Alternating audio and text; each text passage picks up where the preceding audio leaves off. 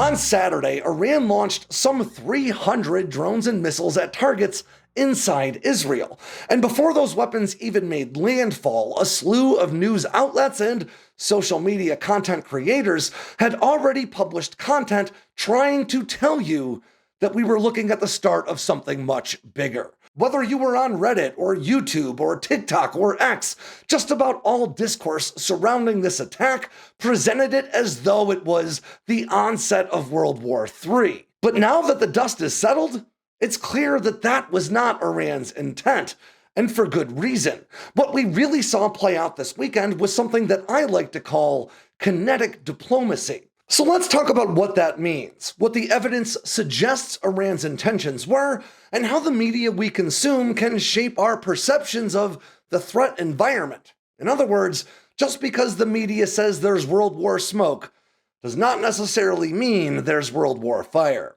Kinetic diplomacy is a phrase I coined some 7 years ago now, which is crazy to think about, to describe military actions that are meant to be more symbolic than strategically valuable.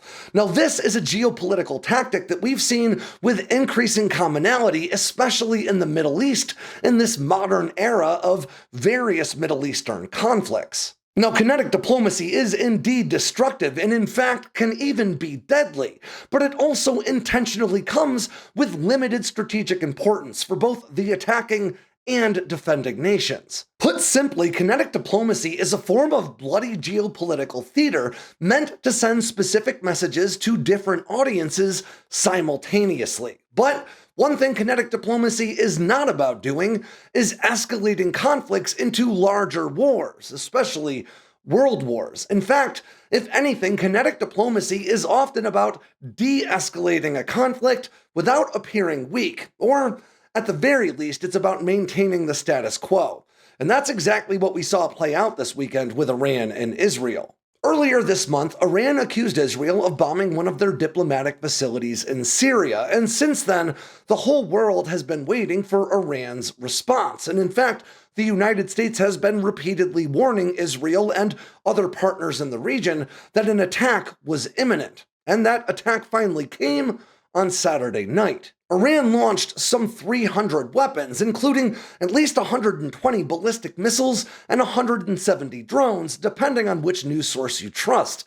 But what's important to note is that 99% of these weapons were intercepted before making landfall in Israel, and the remaining 1% had very limited strategic impact. Now, that incredible intercept rate is certainly a testament to American, Israeli, Jordanian, French, and British forces, but it's also worth noting that it certainly appears as though Iran sort of intentionally blunted this attack, providing ample opportunity for these intercepts. Now, it seems very likely that Iran hoped more than 1% of their weapons would have made it through, but it's now evident that Iran seems to have just wanted to give Israel a bit of a bloody nose and not actually reduce or limit Israel's combat capacity or effectiveness in the region in any really appreciable ways. And that is a very important distinction to make, because kinetic diplomacy is meant to convey a clear image of strength while also minimizing the chances of broader conflict. The Iranian government, which it's important to understand does not reflect the will of the majority of the Iranian people, may be bad guys from the perspective of our Western positions, and generally in an objective sense, but that doesn't make them incompetent or stupid. They are well aware of the importance of perception in geopolitics and in domestic politics to boot. Iran's attack, while certainly large in volume, was also clearly limited in scope. Most of the weapons were launched from inside Iranian borders, giving local air defense assets some 600 to more than 1,000 miles to mount an effective intercept. And that's a big part of why very few of these weapons actually made it through. And we also now know that Iran's foreign minister issued a warning to all nearby Arab states some 72 hours before the attack commenced. And that includes Arab states that are politically aligned with the United States. And that's an important note, because this is a big part of how kinetic diplomacy plays out. Even news outlets who were previously highlighting the potential global implications for this attack very quickly changed course after these weapons started making landfall, with one CNN correspondent even going so far as to say the symbolism of this attack did the heavy lifting within just hours of the attack's conclusion. In other words, it's fairly evident at this point that Iran's goals were not to start a new war with Israel, let alone a global war that would drag in other powers like the US or China or Russia. What Iran aimed to do was put on a show, demonstrate their military capabilities, flex some military muscle, while still taking pains to minimize the chances for this to escalate into a larger conflict. And if that sounds unrealistic to you, that a nation would launch missiles at another nation without the intent of it escalating into war, you should know that kinetic diplomacy is not a tactic that's limited to nations like Iran, or really any nations that the US or Western powers would consider to be bad actors. In fact, I coined the phrase kinetic diplomacy to describe American military actions taken in Syria in April of 2017. You see, on April 4th, 2017, the Syrian government, supported by Russian military forces, launched an airstrike against their own civilian population that included a chemical weapon attack, using sarin gas to kill at least 89 civilians and injure more than 500 more. In response, US Navy warships operating in the Mediterranean Sea launched an attack on the Syrian Shirat airbase just 3 days later, deploying 59 Tomahawk cruise missiles to wipe out a series of aircraft and render the runway unusable. Now, that airbase was allegedly the same one that launched that chemical weapons attack.